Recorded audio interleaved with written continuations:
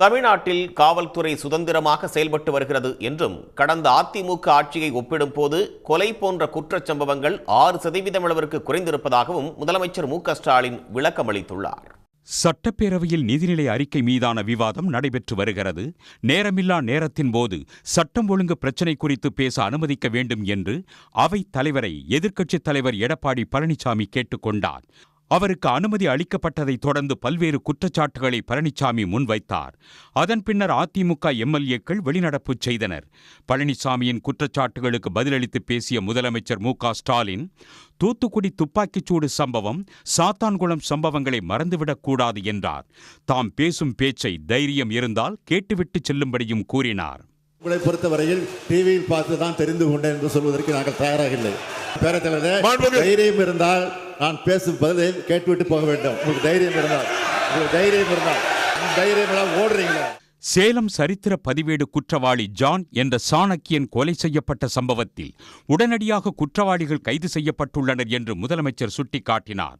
காவல்துறை மிகவும் சுதந்திரமாக செயல்படுகிறது என்றும் முதலமைச்சர் விளக்கமளித்தார். 2023ஆம் ஆண்டு கொலைமை சூழற்ற குற்றங்கள் 49,280 இருந்தது. 2024இல் 31,498 குறைந்துள்ளது. ஒரே ஆண்டில் 17,782 குற்றங்கள் குறைத்திருக்கிறோம். சில கொலை குற்றங்கள் நடைபெறும் காட்சிகள் சமூக ஊடகங்களில் வெளிவரும்போது அதிக எண்ணிக்கையில் குற்றங்கள் நடைபெறுவது போன்ற தவறான கருத்து திட்டமிட்டு பரப்பப்படுகிறது. உண்மையில் எண்ணிக்கையின் அளவில் பார்க்கும்போது 2024ஆம் ஆண்டில் கொலை குற்றங்கள் 6.8 விழுக்காடு குறைந்திருக்கிறது. கோவையில் பெண் உயிரிழந்த சம்பவத்தில் அது தற்கொலை என்பது தெரிய வந்துள்ளதாக முதலமைச்சர் விளக்கமளித்தார். மதுரையில் நிகழ்ந்த கொலை குறித்து விசாரணை நடப்பதாகவும் சிவகங்கையில் நிகழ்ந்த கொலைக்கு குடும்பத் தகராறே காரணம் என்றும் விளக்கமளித்தார். இங்கொன்றுமாக முன்விரோதம் காரணமாக நடைபெறும் சில நிகழ்வுகளை வைத்து இந்த அரசின் மீது பழி சுமத்தி அரசியல் ஆதாயம் அட்டைய நினைப்போர் சென்ற ஆட்சியில் தமிழ்நாட்டு சட்டம் ஒழுங்கு எப்படி சீரழிந்து கிடந்தது என்பதை இங்கே நான் தெரிவித்த புள்ளிவிவரங்களின் அடிப்படையில் எண்ணி பார்க்க வேண்டும் என்று கேட்டு அமைகிறேன். அரசின் மீது பழி சுமத்தி அரசியல் ஆதாயம் தேட நினைப்போர் கடந்த ஆட்சியில் நிகழ்ந்த குற்றங்களை எண்ணி பார்க்க வேண்டும் என்று முதலமைச்சர் பதிலளித்துள்ளார்.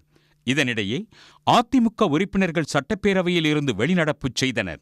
பின்னர் செய்தியாளர்களிடம் பேசிய அதிமுக பொதுச் செயலாளர் எடப்பாடி பழனிசாமி சட்டப்பேரவையில் பேச வாய்ப்பளிக்கவில்லை என குற்றம் சாட்டினார். அனைத்து இந்திய அண்ணா திராவிட முன்னேற்ற கழகத்தை பொறுத்தவரைக்கும் தமிழகத்தில் மக்களுடைய பிரச்சனையை தீர்க்க வேண்டும், அது அரசுடைய கவனத்திற்கு சரியான முறையில் கொண்டு சேர்க்க வேண்டும் என்ற அடிப்படையில் தான் நாங்கள் செயல்பட்டு கொண்டிருக்கின்றோம். 0 அவர்கள் எங்கள் முழுமையாக பேசுவதை வாய்ப்பு கொடுப்பதில்லை. அதை தொடர்ந்து அதை தடுத்து கொண்டிருக்கின்றார்கள்.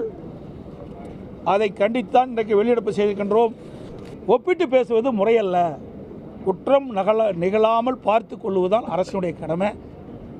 பிரதான எதிர்க்கட்சி என்ற முறையில் நடைபெற்றுக்கிட்ட குற்றங்களை நாங்கள் சுட்டிக்காட்டி தொடர்ந்து தமிழகத்தில் எப்படி தங்க நிலவரம், எப்படி வெள்ளி நிலவரம், அப்படி கொலை நிலவரம் எப்படி இருக்கின்றது தொலைக்காட்சி தெரிந்து அவர்களை இனி இருக்கக்கூடாது என்பதுதான் எங்களுடைய நிலைப்பாடு. அதைத்தான் நான் சுட்டிக்காட்டினேன். உடனுக்குடன் செய்திகளை தெரிந்து கொள்ள சன் நியூஸ் பெல் ஐகானை கிளிக் பண்ணுங்க.